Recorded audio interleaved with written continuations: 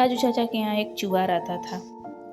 एक दिन की तरह उस दिन भी बाजार से गांव लौटते वक्त चाचा झोले में कुछ सामान लेकर आए। झोले में बिस्कुट का पैकेट निकालते देख चूहे के मुंह में पानी आ गया। लेकिन ये क्या, अगले ही पल जैसे उसके पैरों तले जमीन खिसक गई। चाचा आज बाकी सामान के साथ एक चूहेदानी भी खरीद लाए थे। चूहा फौरन भागकर मुंडेर पर बैठे कबूतर के पास गया और घबरा कर कहने लगा, यार आज बड़ी गड़बड़ हो गई। चाचा मुझे मारने के लिए चूहेदानी लेकर आए हैं। मेरी मदद करो, किसी तरह इस चूहेदानी को यहाँ से गायब कर दो। कबूतर मुस्कुराया और बोला, पागल हो गया है? भला मुझे चूहेदानी से क्या खतरा? मैं इस चक्कर में नहीं पड़ने वाला। ये तेरी समस्या है, तू ही निपट। चूहा और भी निराश हो गया और मुर्गे के पास हाँफता हुआ पहुंचा। भाई मेरी मदद करो, चाचा चूहेदानी लेकर आए हैं। मुर्गे दाना चुगने मस्त थे। चूहे से कन्नी काटते हुए बोले, अभी हमारा खाने का टाइम है, तू बाद में आना।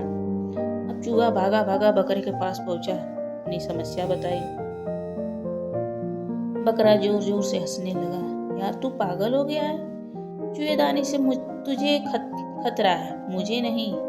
और तेरी मदद करके मुझे क्या मिलेगा? मैं कोई शेर तो नहीं हूँ जो शिकारी मुझे जाल में फंसा लेगा और तू मेरा जाल कुतर कर मेरी जान बचा लेगा। और ऐसा कहकर बकरा जोर जोर से हंसने लगा। बेचारा चूहा उदास मन से बिल में वापस चला गया। रात हो चुकी थी। चाचा और उनका परिवार खा पी कर सोने की तैयारी कर रहे थे। तभी खटक की आवाज आई। चाचा की छोटी बिटिया दौड़कर चूहेदानी की ओर भाग गई। सभी को लगा कि कोई चूहा पकड़ा गया है। कबूतर, मुर्गे और बकरे को भी लगा कि आदत से मजबूर चूहा खाने की लालच में मारा गया। लड़की पलंग के नीचे हाथ डालकर चूहेदानी खींचने लगी। तभी हिस्स की आवाज आई। ये क्या, चूहेदानी में चूहा नहीं बल्कि एक जहरीला सांप फंस गया था और उसने बिजली की गति से फुफकार मारते हुए बिटिया को डस लिया। बिटिया की चीख सुनकर सब इकट्ठा हो गए। राजू चाचा सर पर पैर रखकर पड़ोस में रहने वाले ओझा के यहाँ भागे। ओझा ने कुछ तंत्र मंत्र किया और बिटिया के हाथ पर एक लेप लगाते हुए बोले, बच्ची अभी खतरे से बाहर नहीं है। मुझे फौरन कबूतर की गांठ लगा कंठ ला कर दो। मैं उसे उबाल कर एक घोल तैयार करूंगा जिसे पीकर यह पूरी तरह स्वस्थ हो जाएगी। यह सुनते ही राजू चाचा कबूतर को पकड़ लाए। ओझा ने बिना देरी किए कबूतर का काम तमाम कर दिया। बिटिया की हालत सुधरने लगी। अगले दिन कई नाते रिश्तेदार बिटिया का हालचाल जानने के लिए इकट्ठा हो गए। चाचा भी बिटिया की जान बचने के खुश थे और इसी खुशी में सभी को मुर्गा खिलाने की ठानी। कुछ ही घंटों में मुर्गा का भी काम तमाम हो गया। यह सब देखकर बकरा भी काफी डरा हुआ था, पर जब सब मेहमान चले गए तो वो बेफिक्र हो गया। पर उसकी ये बेफिक्री अधिक देर तक नहीं रह पाई।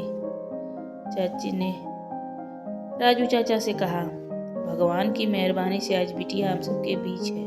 जब सांप ने काटा था तो मैंने मन्नत मांग ली थी, अगर बिटिया सही सलामत बच गई तो हम बकरे की बलि देंगे। आप आज ही हमारे बकरे की बलि दे दीजिए। इस तरह कबूतर, मुर्गे और बकरा तीनों मारे गए और चूहा अभी भी सही सलामत था। दोस्तों, इस कहानी से हमें यही सीख मिलती है कि जब तक हमारा दोस्त या पड़ोसी मुसीबत में हमें उसकी मदद करने की भरपूर कोशिश करनी चाहिए।